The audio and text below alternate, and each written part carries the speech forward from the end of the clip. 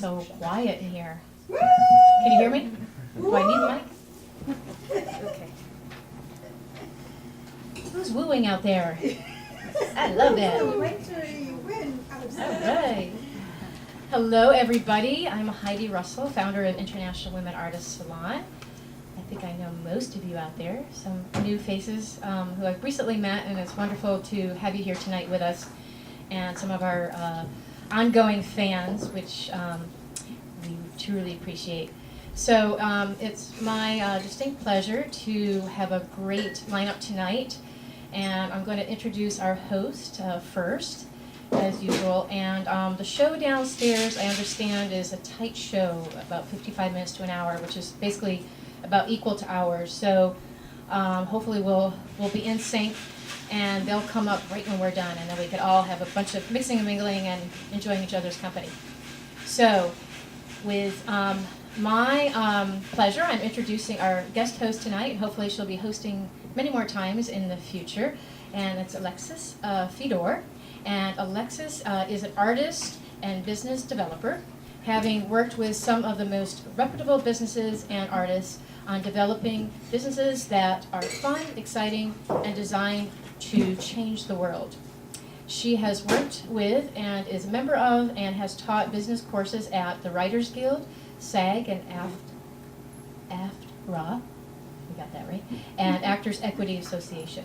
And Alexis is a founder of the 14-Day Art Biz Challenge, which is a free 2-week, I did say free, 2-week mini course that enables artists of all disciplines to create and put into action a business plan designed to create revenue with their art, which we wholly champion. And the challenge takes place 4 times a year in a private Facebook group and with hundreds of other artists from around the world. It takes just about 10 minutes per day to complete, so it sounds like a great program, which she will invite you to later on. And you can learn more about her and her work at alexisfedor.com, which is on your program. So without further ado, we'll get our show rolling with Alexis. Welcome to the stage. Hello, everybody. I'm very excited to be standing in front of a microphone. Can everybody hear me okay? Yes. Right. All right.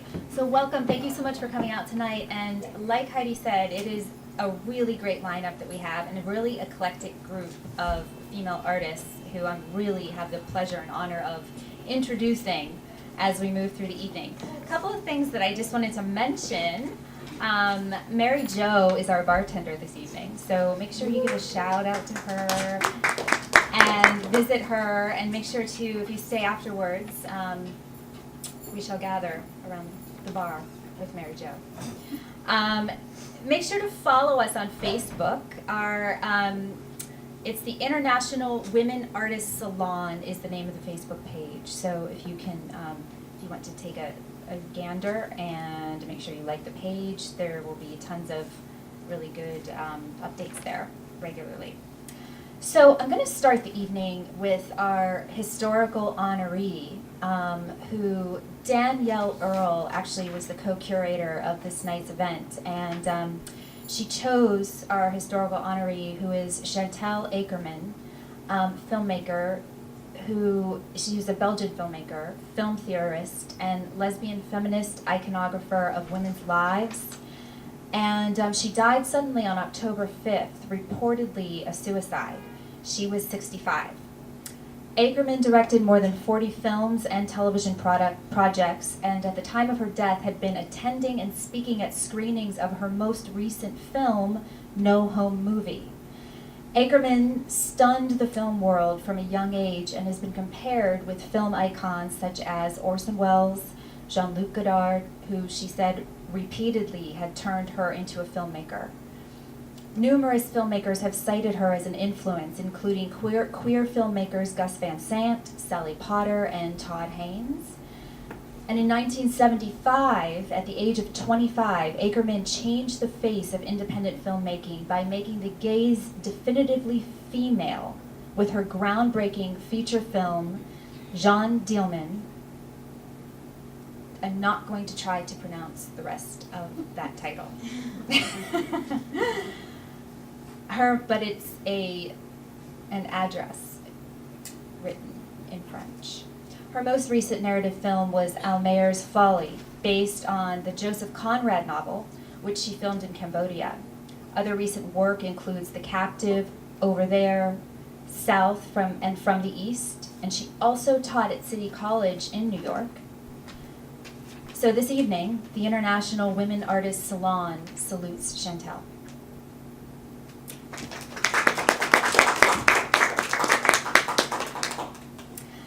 I would now like to introduce our first guest tonight, Mpho Maruma, who is a filmmaker who received her honors graduate degree in producing and film studies from AFTA Film School in South Africa. Mpho also graduated from the New York Film Academy in acting for film and has experience in working on student and independent films.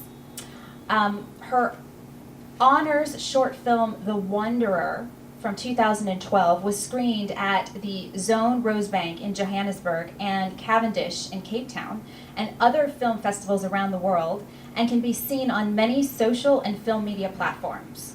It won Best Horror Thriller Film at the National Film Festival for Talented Youth in Seattle, Washington. So without further ado, I would like to bring up Mpho Maruma to talk about her film this evening.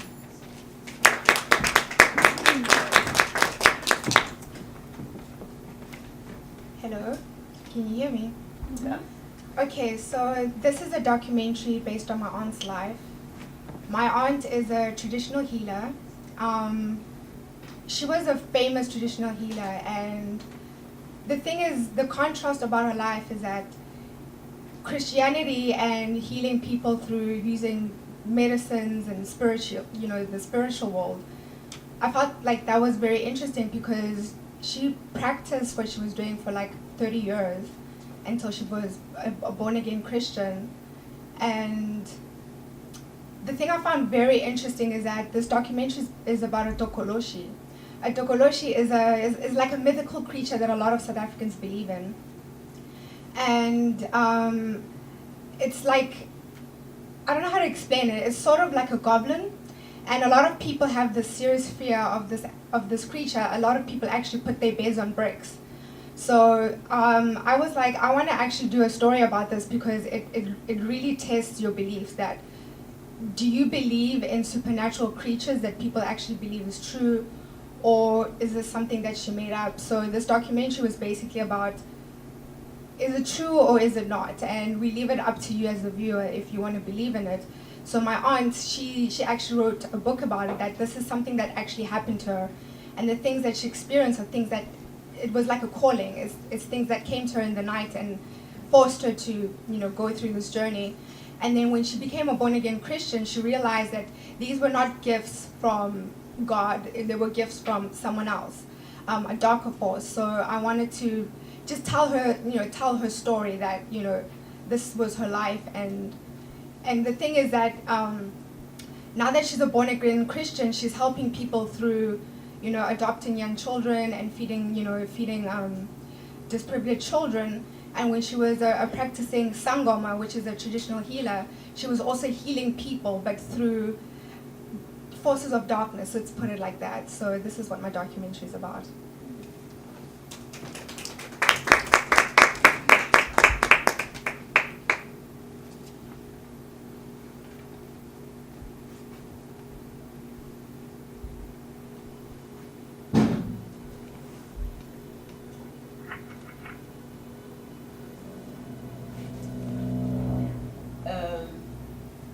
Myself, also I'm born more different like other people, far different than other people. I brought in the world by a prophet. I nearly died in my mother's stomach. When I was still a small child, that prophet said to my parents, this child, she's going to grow. Double things mo go yena. Mara nka lakatsa kudu gore a thome ka di ancestors ka bo happy.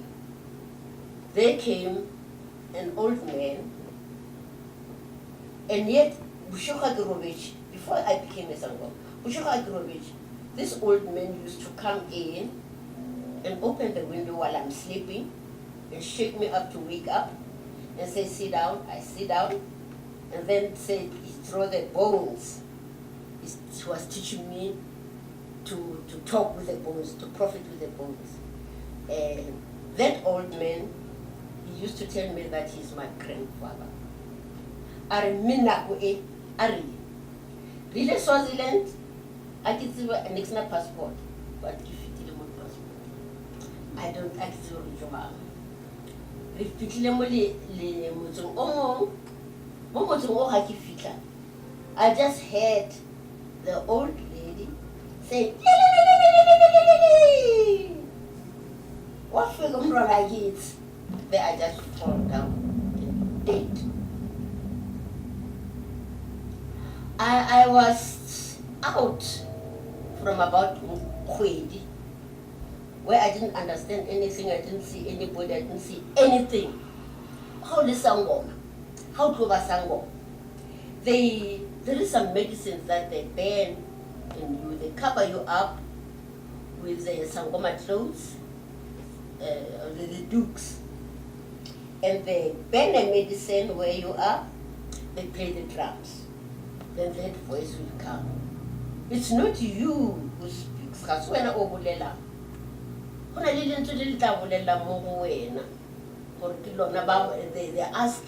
who are you? Then that kiki and grandfather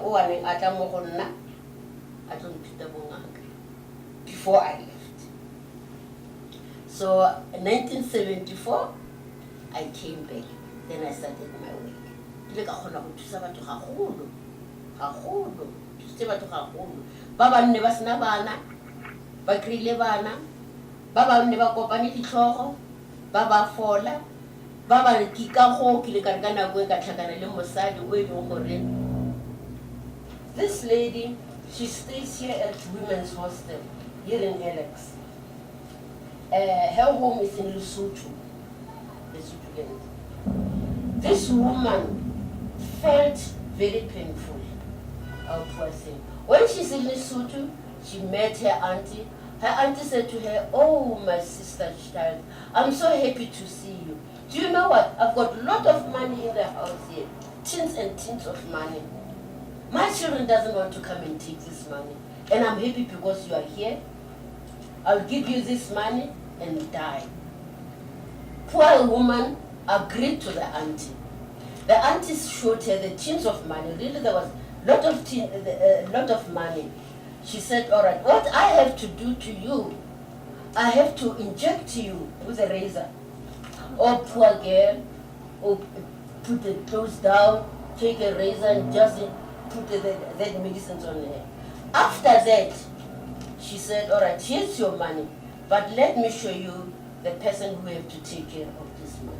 When she was crying, bring an old man, long beard, long hair, short something, the things that have been putting in your body, it was his blood. So take the person, the Kikurushi. They came to me to tell me about this story. I said, right, there's nothing I can do to you because they've already injected you. Why did you agree to it? And the children of the lady, they don't want to go home. You want. She said, then what must I do? I said, I don't know what you do. Because the blood of that person is already in you. But this was the way she comes. That was the lady, the way it happened to her. She fallen in a very wrong trap. Because this lady have to take that thing to where she stayed with the husband. And the husband doesn't know anything about things like that. And he can keep things like that in his room. And they were divorced, and from there I'd never seen the lady. The Tokolosh, the Tokolosh. Can't she get into 80 ranking? Babolai, the killers, the wishes, the wizards. Sangoma and the traditional healers, they can't do anything like that. they can't. Totally, they are not given strength of mixing medicines, mixing all those things. Tokoloshi e fetoga dilo tse dintšhi ba e dira gore e fetoge dilo tse dintšhi ba go tshwana le ga o ka ba le dintšha mme le kgogo e ka ba tokološi di se ka mokana ga jane di tlhakanšwe ke ditlhare di a tlhakanšiwa. So it went into 1994 where things started to go down. I was so thirsty, the everlasting thirsty. I was sick through the thirsty. I was sick through the hunger. I have food, I have everything, everything. Lot of food in my house, but I would wake up crying, being hungry, being thirsty. Jere mashila awa mi boya emebi le madiu. Ke jere di taola, ke jere di tlhare ka moka na ga tsona ka go disha jokes ka o tla jokes. I was so happy. You know, niki fofa. Niki swana le ka nonyane. Ki thabile go feta.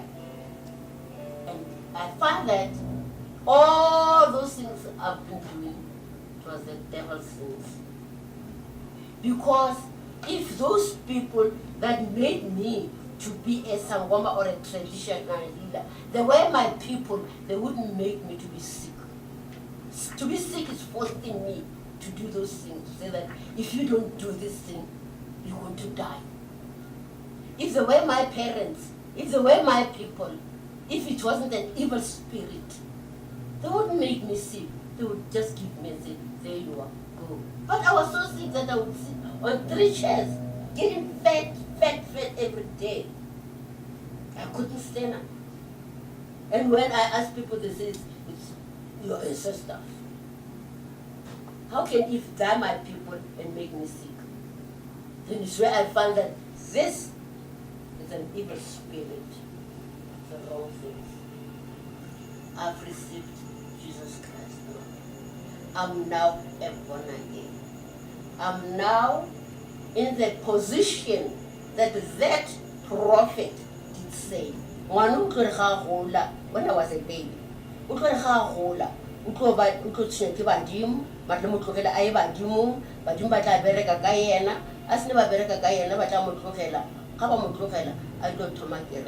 he specifically told them that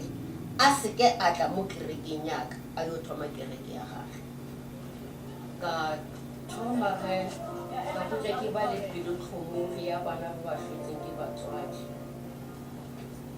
go ba le pelo tlhomo ga ka bana ba coaching ke batswadi ka kolekta bana ka moka ba tshwana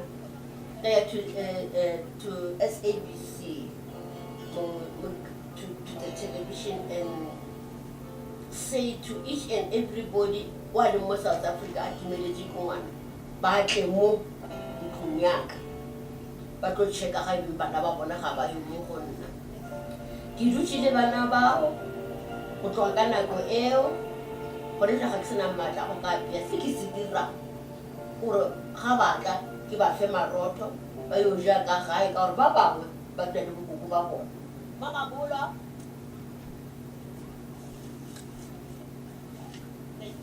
ke le ka le ka ke tšee tšhelete ele ya bongaka ke berekise mo baneng bao ke sale the little e ke nang le yona ga government a mphile ya pension fund yaka ke reke borotho ke ba fe bana ba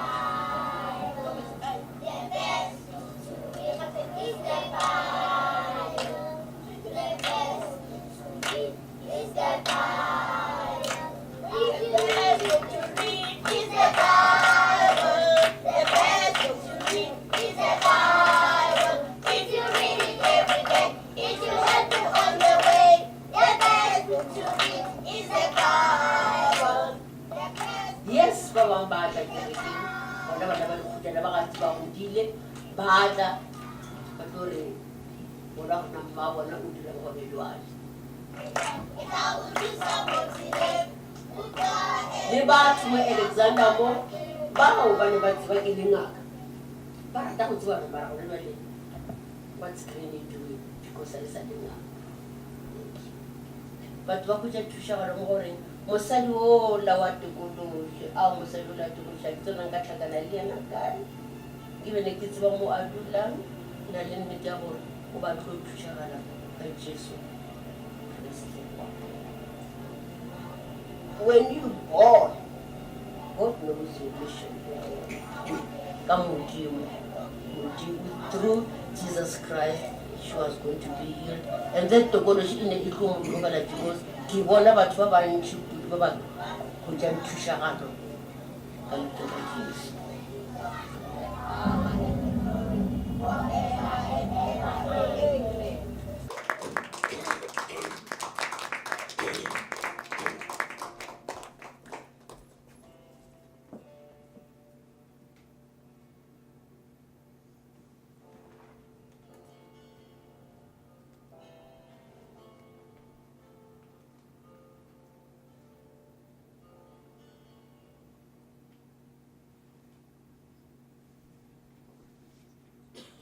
Wow, what a beautiful film.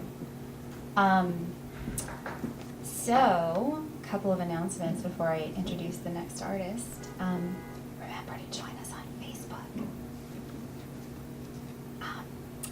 The other thing I wanted to mention is that Heidi has an incredible radio show that is live Thursdays at 8 p.m. Eastern Time, and then it's rebroadcast at 10 p.m. the same night. So if you want to tune in live, that is on tunein.com.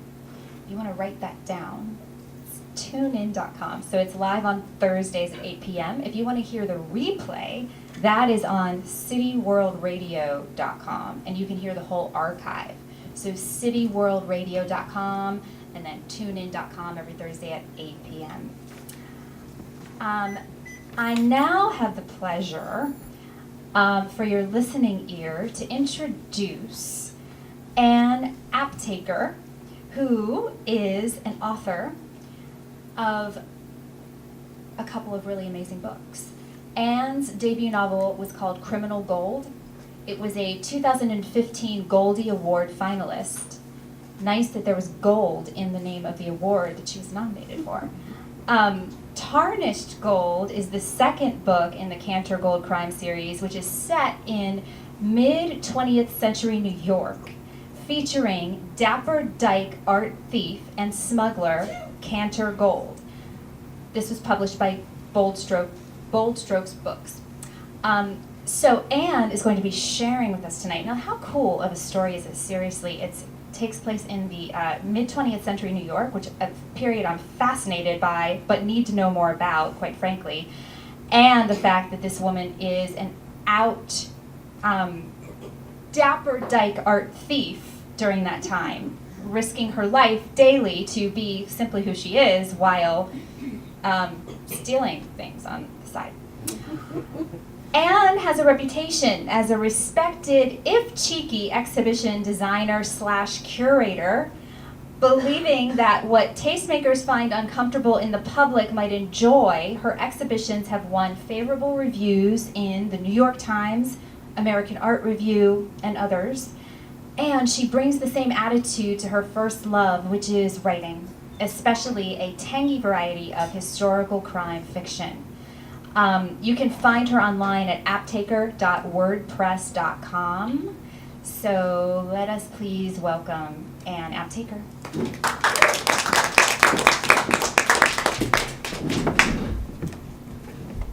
Thank you, everybody. Can you hear me as well? Okay. Alexis pretty much set the scene. My protagonist, Cantor Gold, is an art thief and smuggler.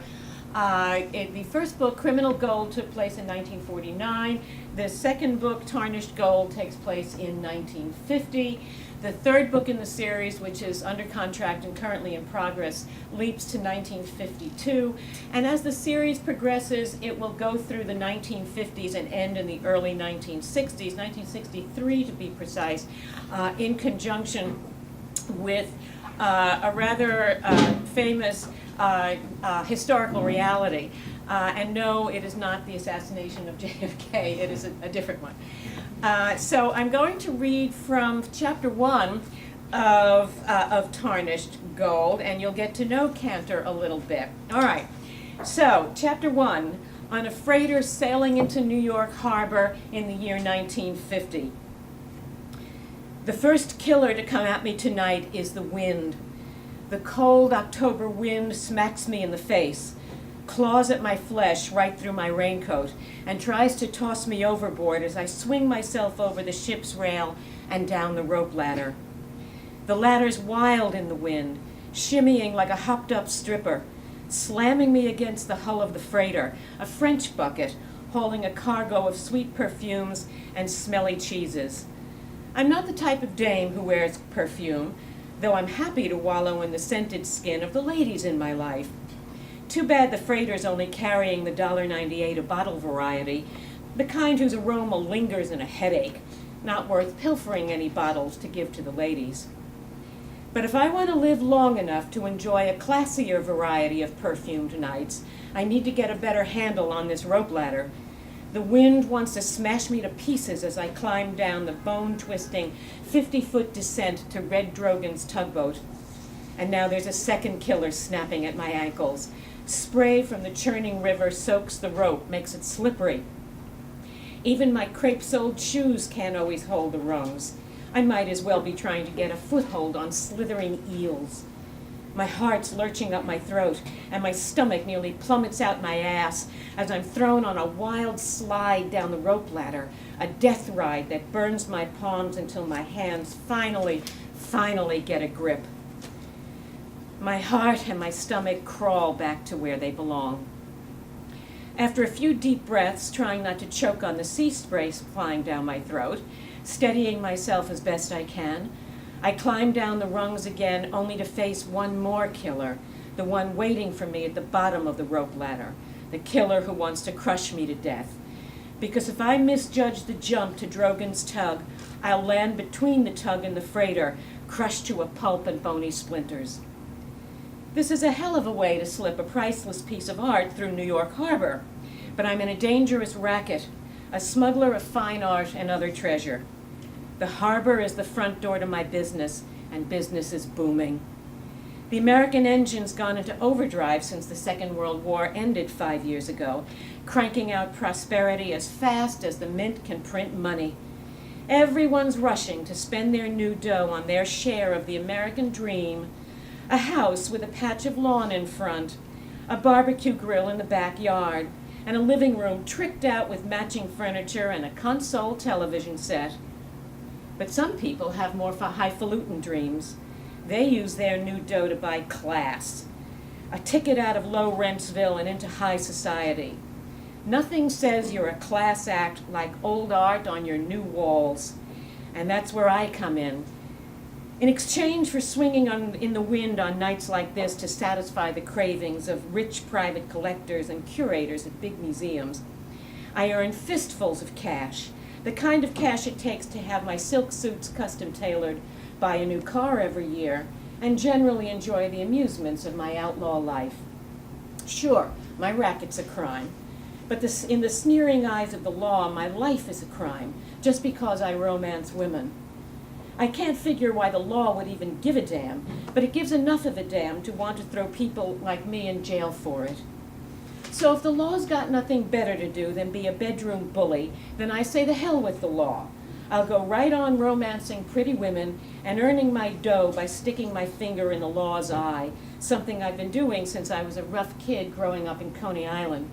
Though if I'm careless in the next few seconds, get chewed up by the wind and miss the jump to Drogan's tug, there won't be enough of me left to enjoy women or money or anything else. It's only a few feet now from the bottom of the rope ladder to the deck of the tug, but the river is making a grab for my ankles, and the wind won't let go of me, hurls me in all the wrong directions. Drogan's keeping the prow of his tugboat against the starboard hip of the freighter, but it's tough for me to figure the angle of my jump because the freighter's heaving on the swells of the river while the half-dozen other tugboats working the ship are turning her into its berth. Drogan's tug is rolling like a rubber ducky in a splash pool, and if I come in too sharp or shallow, I'll meet that third killer, the one whose sea-drooling mouth is waiting to crush me. Damn it, the wind is really piling it on now, whipping me high over the river and blowing black smoke in my face from the tug's funnel. The smoke stings my eyes, blurs my vision. I can barely see the tug's deck, and glare off the river blots my view of the deck even more. The glare's from a light I'm not happy about. It's the mast light of a cop cruiser. Why the hell are the harbor police here now? Tonight's operation's been set up tight as a drum, the freighter's captain and any other wagging tongues paid into silence. Maybe the cops are just cruising by. Maybe they want some perfume for their wives. Maybe they don't even see the speck that's me swinging against this huge freighter. But I can't linger in this wind any longer. I'm jangling on the swaying ladder like a skeleton, my teeth rattling from the cold, my bones vibrating from the grinding engines of the freighter, but I've got to make this jump. "Aye!" explodes from my throat when the sting of ice water evidently rouses me from the dead. I hear what sounds like splintering wood, then realize it's Red Drogan's familiar voice. "You missed," he says, standing over me with a bucket, grinning, which is not a soothing sight. "Caught your foot on the gunwale and went tumbling over yourself on the deck," he says. "You landed head first. You even caught your chin on the capstan along the way, and you're a hell of a sight." Now he's laughing, a raw cackle that could strip the scales from fish. "Look at the Suavac, Cantor Gold with dirty duds and a bloody chin." My hand goes to the burning pain on my chin. Yeah, it is. It's slick with blood. The cut's not big, but the pain feels deep. It'll leave a scar. Well, it'll have company. I've got quite a collection of facial souvenirs, heartwarming reminders of my wrestling matches with the Grim Reaper. Standing up is tough enough with my legs all banged up and my head spinning from my crash landing, but the roll of the tugboat and the choppy river makes things even tougher. Drogan finally gives me a hand, pulls me to my feet. "Get into the cabin," he says. "Clean yourself up and take care of your chin. First aid kit's where it always is." "That cop cruiser," I say. "They spot us?" "I doubt it," he says. "And anyways, as soon as you were on deck, I wove around through the other boats and made like I was pushing the freighter. Then I took off and lost them for good." "And I suppose the other tugboat men won't talk?" "Course not." "And you brought the stuff I wanted from my apartment?" "Yeah. The briefcase, a pack of smokes, a blue suit, and the trimmings." When Drogan's sure I won't topple over from my bruises, he climbs back up into the wheelhouse because somebody's got to drive this tub. It feels good to get out of the wet wind and into the cabin where it's warm and dry. I find the pack of Chesterfields among the stuff Drogan brought from my apartment, light myself a smoke, and take a deep drag to smooth out my knotted innards and my tangled joints. Drogan must have done his bob and weave separating us from the freighter while I was sleeping off my crash landing on the deck, and now we're steaming up the East River to the next rendezvous spot in tonight's job. The object of that job is in a small folio sewn into the lining of my raincoat. I'm anxious to have a look at it, check its condition before I deliver it to the client tonight. But in my present state, I might drip blood on it or smear it with my grimy hands. Checking these goods will have to wait. Was awesome.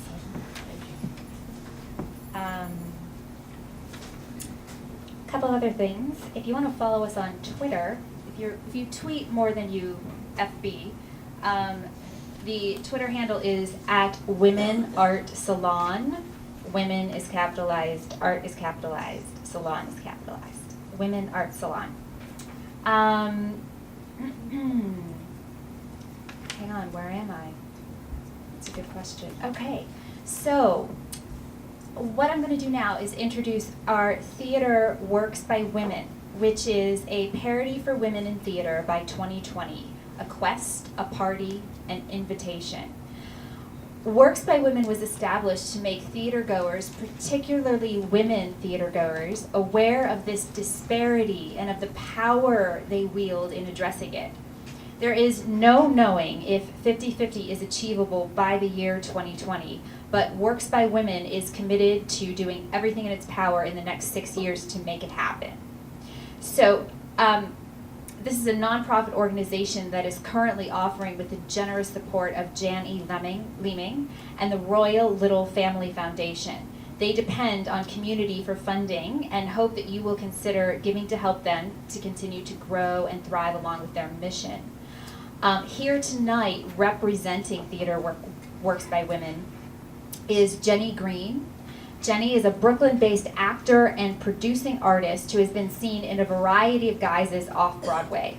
She's also a costume designer, and she actually presents salon radio for the International Women Artists Salon. Jenny is a member of the League of Professional Theater Women and New York Women in Film and Television, a personal favorite of mine. And tonight she is representing Works by Women, which she has subscribed to for several years. So please welcome Jenny Green to our stage tonight. Hello, good evening. I don't know if I had anything to add to that really. That's pretty much what I'm here for. I'm filling the slot for theatre tonight, so maybe I can offer out some postcards in a particularly theatrical way to persuade you to come to this party.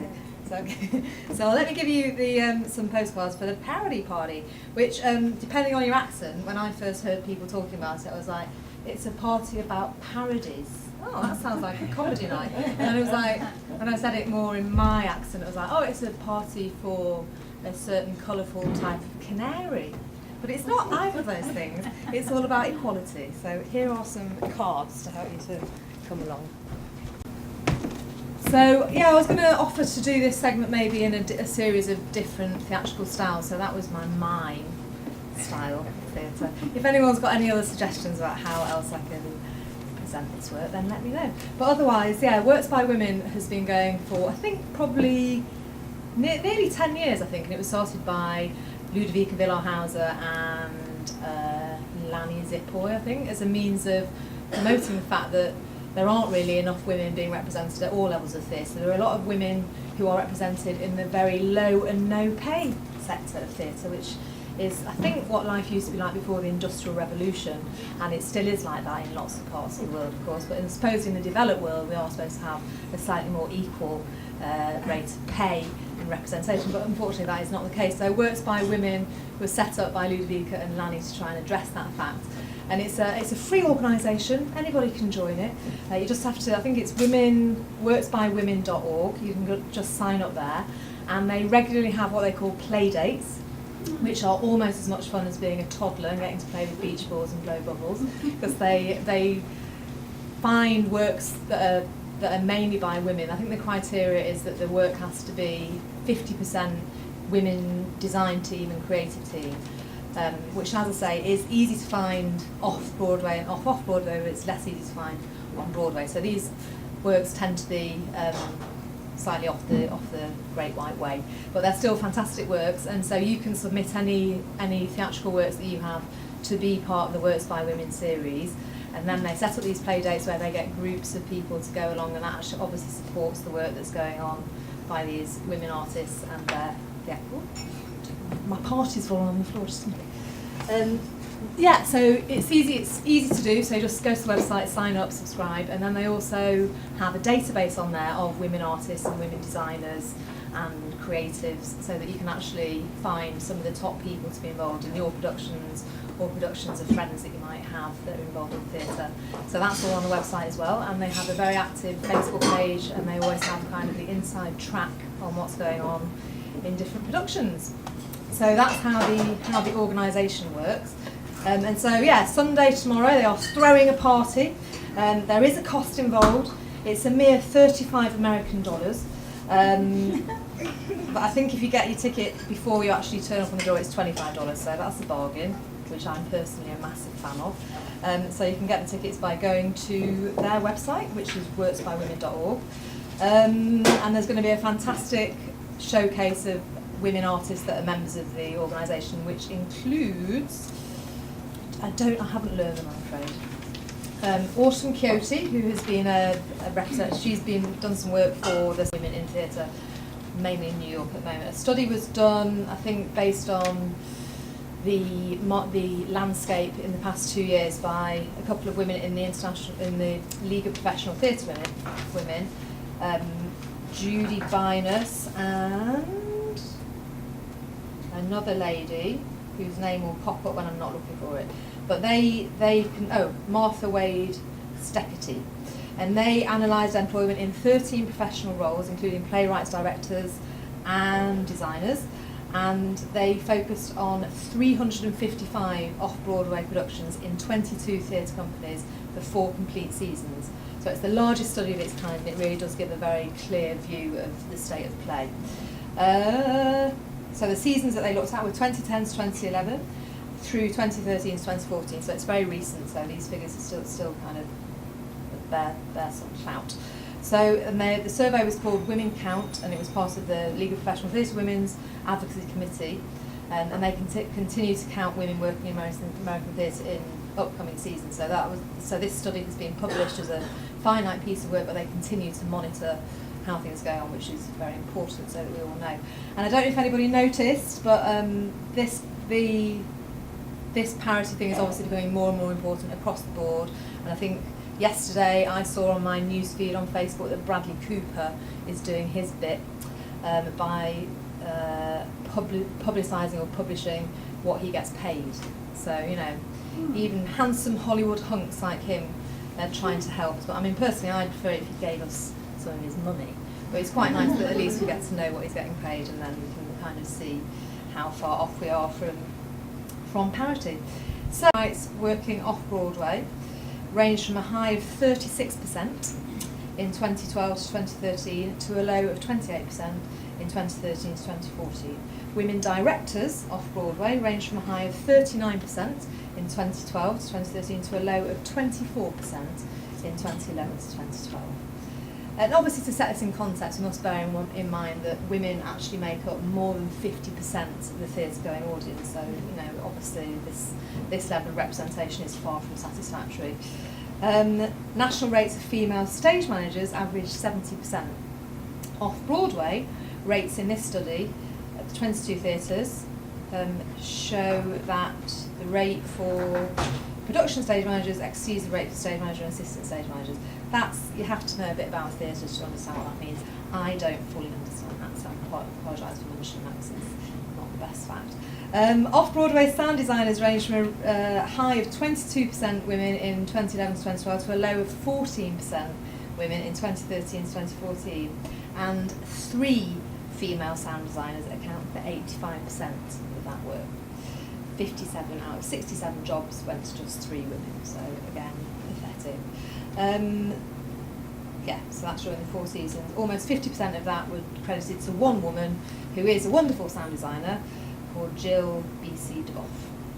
Off-Broadway set designers studied are about 1/3 female, ranging from 27% in 2010 to 2011 to a high of 36% in 2012 to 2013, and 13 female set designers with 3 or more productions are represented in that period, and they account for 73%. So that's slightly better than sound designers, but still. Without further ado, Roxy and the Bad Kitties. Here we come again, clear the way. We don't wanna play, only say we love our leather, love our lace. But that don't mean we ain't got no grace. Hear the call, the cat calls. Shake it, girl, you sexy bitch. Flip that hair, bump those hips. Shake it, girl, you sexy bitch. Whoa, whoa, whoa, you sexy bitch. Whoa, whoa, whoa, you sexy bitch. Like a Playboy honey, ain't no dummy. Getting pretty for some tycoon chummy. Don't be fooled now, our moves are fierce. Respect the girl or our nails will pierce. Hear the calls, the cat calls. Shake it, girl, you sexy bitch. Flip that hair, bump those hips. Shake it, girl, you sexy bitch. Whoa, whoa, whoa, Whoa, whoa, whoa, you sexy bitch. You see all this Gucci, this chick ain't all juicy. Got more brains and ideas than the designs at Gucci. Yeah, I rock, ain't nobody's powder puff. Kick back, enjoy this stuff, but watch out, boy, 'cause I'm tough. Hear the calls, the cat calls. Shake it, girl, you sexy bitch. Flip that hair, bump those hips. Shake it, girl, you sexy bitch. Whoa, whoa, whoa, you sexy bitch. Whoa, whoa, whoa, you sexy bitch.